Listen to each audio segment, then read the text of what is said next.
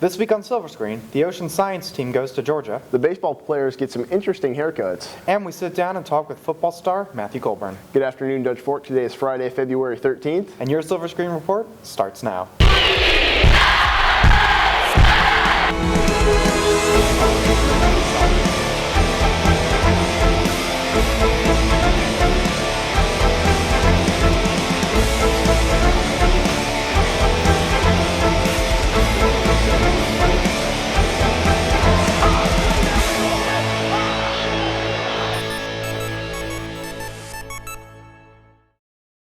Since 1981, teaching has always been a passion for engineering teacher Sandra Suarez. That's right, Josh. And last week, Suarez received recognition for doing what she loves. Jamie Gilbert-Fitzpatrick has the story. Out of 115 teachers, engineering teacher Sandra Suarez was voted Teacher of the Year by her peers last week. I think she's very dedicated. She's very hands-on with students, is very passionate about what she does. She's done some outstanding things for our department. I was surprised and tickled pink, and it was very flattering. It kind of makes teaching all worthwhile. I think Ms. Suarez deserves this award because she's such a just all-around caring woman. She cares about all her students and her kids as well. Seen as a leader and a good teacher, Mrs. Suarez works hard to better her teaching and overall program. It was such a nice honor. It's kind of inspired me to do better and work harder and reassess the good things I do and put them more into practice.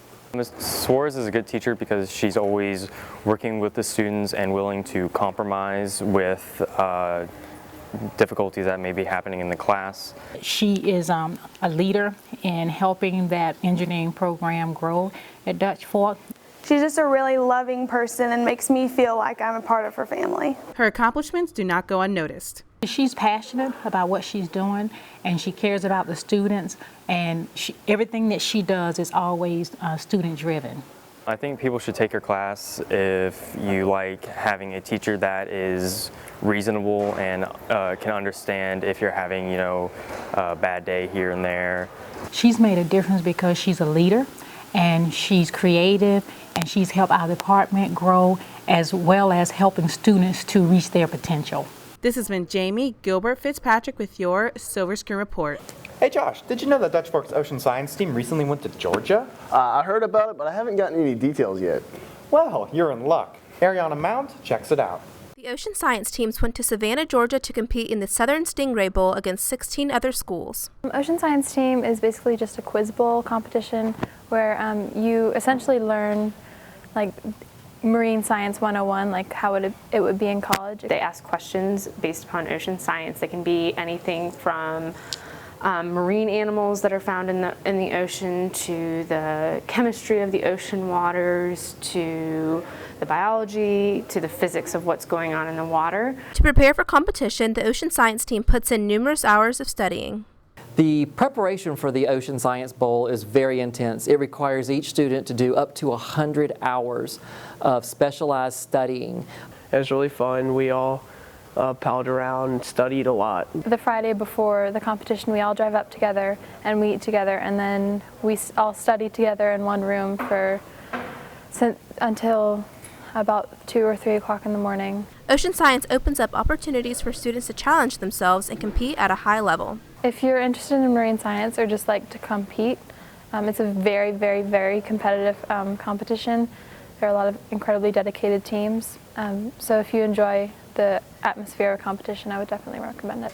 If you learn about what you like, then you'll obviously enjoy it better.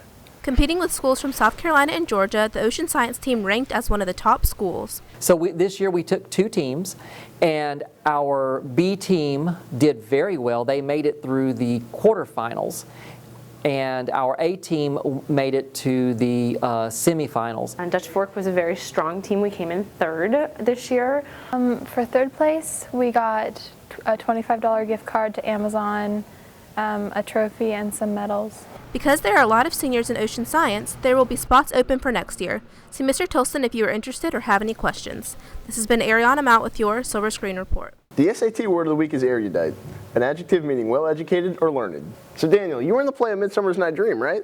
Yes, I was. It was a great experience and the cast put on a fantastic show. Hey, speaking of plays, Kern is about to go up on another theater production. Oh yeah, I've been looking forward for this one for almost a month. During that time, the cast of You're a Good Man, Charlie Brown has been hard at work rehearsing for next week's debut. Lacey Jeter takes the stage. Singing, dancing, and laughs, Charlie Brown is the first big musical production at Dutch Fork. It is based on the comic strips written by Charles Schwartz that ran for, I think, since the 1950s. A bunch of different Charlie Brown episodes put together to make kind of like a movie sort of thing, but it all just compiles together to show the personality of all the characters.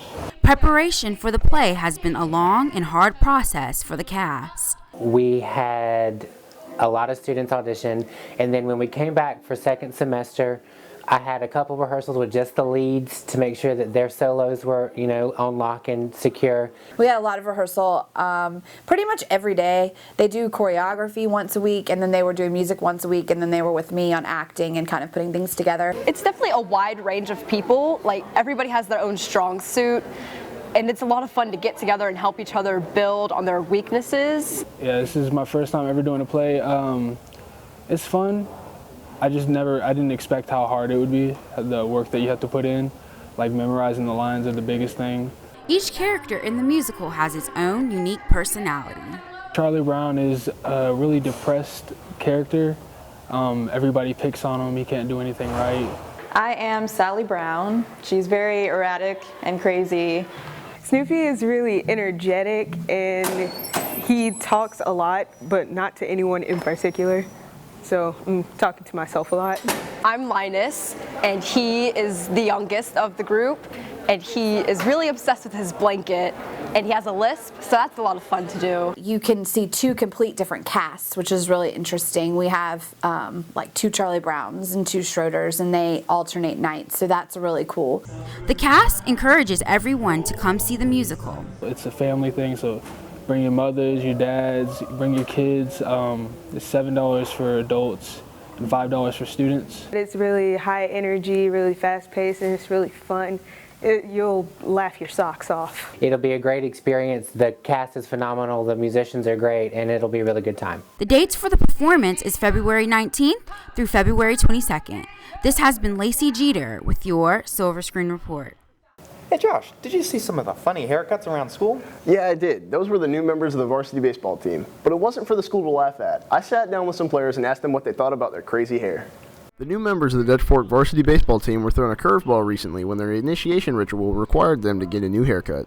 It's been a ritual for Dutch Fork baseball for I don't know how many years, but they have a race, and whoever doesn't win, you gotta get your head shaved. All the newcomers onto the varsity baseball team, we all get together, and first there's this race, and the winner of the race doesn't have to get their head shaved, but all the losers has to get their head shaved by one of the returning varsity players. Apart from the school-wide attention and a few laughs in the Twitter sphere, the players also had to face the disapproval of their parents.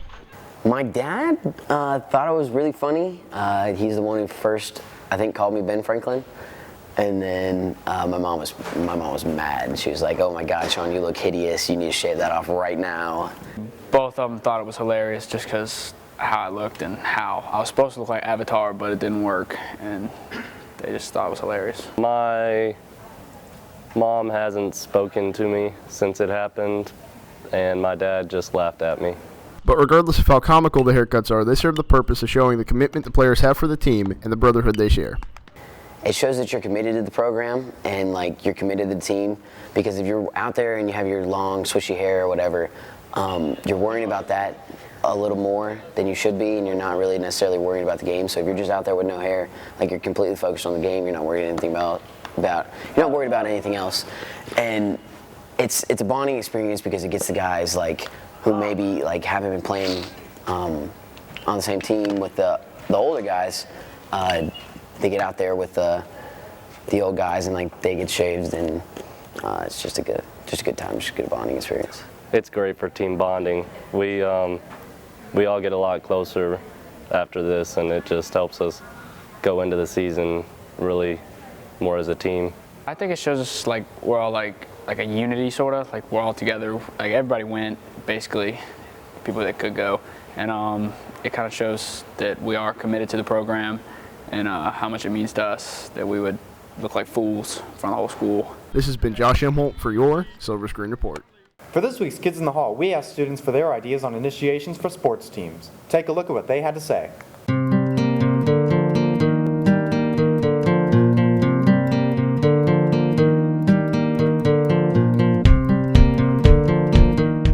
Well, maybe like after the first game or after the practices, maybe make the rookies carry the equipment and stuff back to the field or the practice rooms or whatever.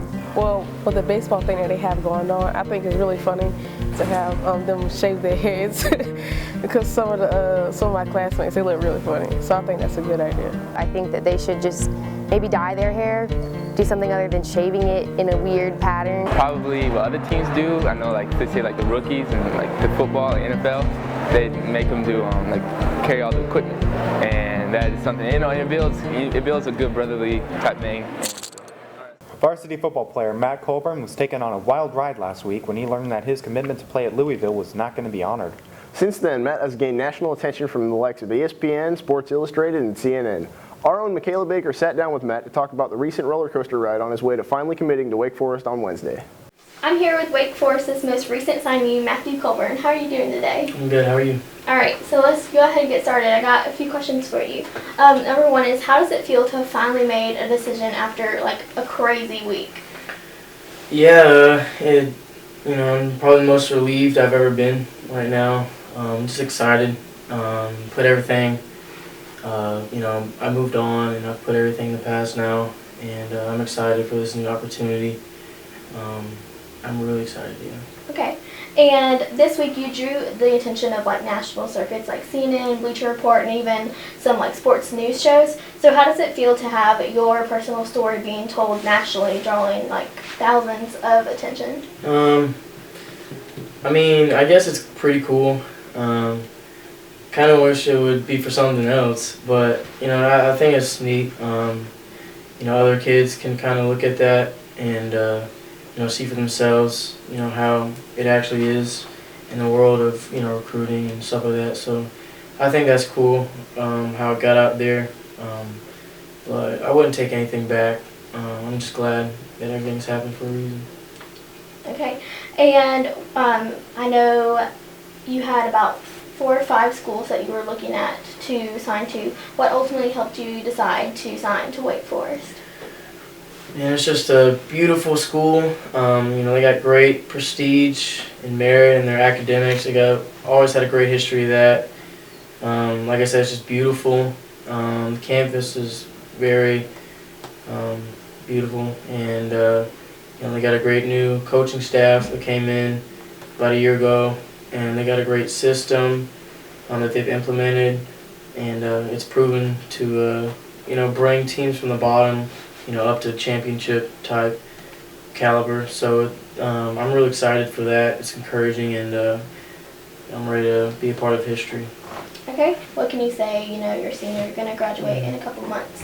What can you say you can take away the most from Dutch Fork? Yeah, Dutch Fork has definitely helped a lot. It's definitely provided some avenues for me to showcase my efforts and help me be the best that I can be, with me along putting in the best effort that I can, whether it be in the classroom or in clubs or on the football field, even with just making friends and being social or whatever. It's definitely done a lot for me in terms of that, and Dutch Fork is a blessed school. Not a lot of schools have the kind of resources and stuff that Dutch Fork has, and I'm just thankful that like I said, Dutch Fork just gives you a bunch of opportunities to excel and succeed, and that's definitely helped me to where I am today. All right, well, that's all that we have for today, and I wish you the best of luck next year at Wake Forest, and that's it. Thanks a lot. Thanks. And now for some announcements. On last week's show, we profiled Grace Brazale as Dutch Fork's only presidential scholar, but seniors Jen Quinlan and Graham Ellis were also candidates. We apologize for this error. The winners for this week of the Black History Quiz questions are as follows: DeLorean Coleman, Tyron Spites, and Jalen Bennett. Congratulations to the winners, and keep up the good work. And be sure to stop by room 220 on February 27th to pick up your prizes. On Monday from noon to 1:30, there will be a bone marrow drive at Dutch Fork High School. The drive is organized by junior Caleb McMillan and is sponsored by the Leukemia and Lymphoma Society. The purpose of the drive is to encourage people to be tested for bone marrow donor matches. Kayla says the testing process is easy and pain-free. Thanks, Daniel. Texas Roadhouse is sponsoring a fundraiser for senior Jeremy Meyer to help with medical costs following a recent accident. 10% of your bill will go to Jeremy, but only from 4 to 8 p.m. next Sunday, February 22nd. You must have a flyer to present to the wait staff at the time of your order. You can pick up a flyer in the main office. Social studies teacher Lauren DeSplinter is looking for volunteers to help man a water station at the Columbia Run Hard Marathon on Saturday, March 7th. Students wanting or needing community service hours to see Mrs. DeSplinter in room 234 for more information. Thanks for watching. Because of Monday's school holiday, we will not have a show next week. We'll see you again February 27th. You know, speaking of productions, there's a...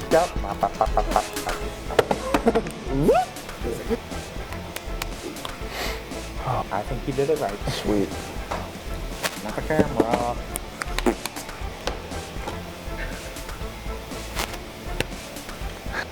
This ain't a pageant. Every day's a pageant for me. Yuleeville. Yuleeville.